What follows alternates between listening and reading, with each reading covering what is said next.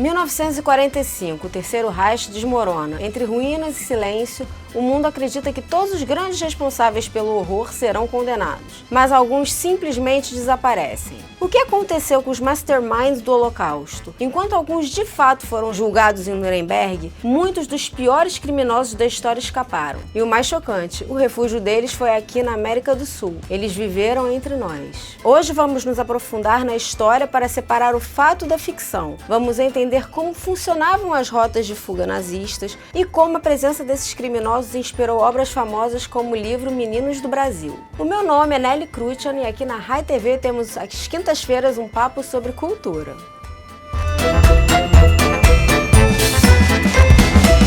Com o fim da Segunda Guerra em 1945, a justiça começou a ser buscada para os crimes atrozes do regime nazista. Diante da certeza do julgamento, milhares de oficiais da SS e colaboradores tinham uma escolha: o suicídio, o tribunal ou a fuga. E muitos decidiram fugir. Mas como eles conseguiram? Através de uma rede de rotas de fuga que ficou conhecida como Rat Lines, ou Rota dos Ratos. Eram canais clandestinos que saíam principalmente da Itália e da Espanha, com destino à América do Sul. Essa fuga em massa só foi possível por causa de uma rede de cúmplices. Isso incluía, infelizmente, alguns membros do clero católico, como o bispo Alois Rudal, que usou sua posição em Roma para ajudar criminosos como Franz Stengel, o comandante de Treblinka, a escapar. E aqui na América do Sul eles encontraram um porto seguro. Governos autoritários e simpatizantes do fascismo, como o de Juan Perón na Argentina, que não apenas toleraram, mas criaram uma estrutura oficial para receber esses fugitivos, vistos como especialistas e aliados anticomunistas. A Argentina de Perón chegou a ter um escritório em Berna, na Suíça, dedicado a financiar e organizar essas fugas. E antes de continuar te contando essa história, se você está gostando do vídeo, já deixa o like, se inscreva no canal e ativa o sininho, porque aqui na Rai TV o conteúdo não para. Não por acaso, dois nomes se destacam nesse capítulo sombrio da história. O primeiro é Adolf Eichmann, o arquiteto da solução final, o burocrata responsável pela logística que enviou milhões de judeus para a morte, fugiu para a Argentina em 1950, com um nome falso, Ricardo Cleman. E lá ele viveu uma vida assustadoramente normal. Foi operário numa fábrica da Mercedes-Benz, morou com a família num subúrbio de Buenos Aires, era a personificação do que a filósofa Hannah Arendt chamou de a banalidade do mal. Em 1960, sua vida secreta acabou quando ele foi capturado em uma operação espetacular do Mossad, o Serviço Secreto de Israel, e seu julgamento em Jerusalém foi transmitido para o mundo. E foi um marco. Ele não só trouxe justiça, mas reeducou o planeta sobre os horrores do Holocausto, mostrando a escala industrial do genocídio. O segundo nome talvez seja ainda mais sinistro, Josef Mengele. O anjo da morte de Auschwitz era médico e realizou experimentos desumanos e sádicos em prisioneiros, especialmente crianças e gêmeos. Mengele também fugiu para a Argentina, mas a captura de Eichmann o apavorou e ele iniciou uma vida de fugitivo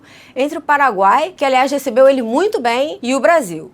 Aqui, ele viveu protegido por uma rede de simpatizantes. E apesar de ser um dos homens mais procurados do mundo, foi caçado por décadas, Mengele nunca foi levado a um tribunal. Ele morreu afogado em uma praia de Bertioga, São Paulo, em 1979, e sua identidade só foi confirmada anos depois. Uma vida inteira de crimes indescritíveis, terminada de forma anônima e trivial. A presença real de monstros como Mengele na América do Sul foi combustível perfeito para a ficção. Em 1976, o escritor Ira Levin, também autor de O Bebê de Rosemary, pegou essa realidade e a transformou em um pesadelo da ficção científica, Os Meninos do Brasil. No livro, que também virou filme, o Dr. Mengele, escondido na América do Sul, tem um plano diabólico. Ele criou 94 clones de Adolf Hitler e os espalhou pelo mundo. Para garantir que um deles se tornasse o novo Führer, ele ordena o assassinato dos 94 pais adotivos das crianças para replicar o trauma que o original sofreu na infância. O brilhantismo do livro foi misturar fato e ficção de forma convincente. Mengele de fato esteve no Brasil, essa experiência foi real. Os seus experimentos com gêmeos em Auschwitz davam uma base assustadora para a ideia de clonagem. Mas a clonagem de Hitler,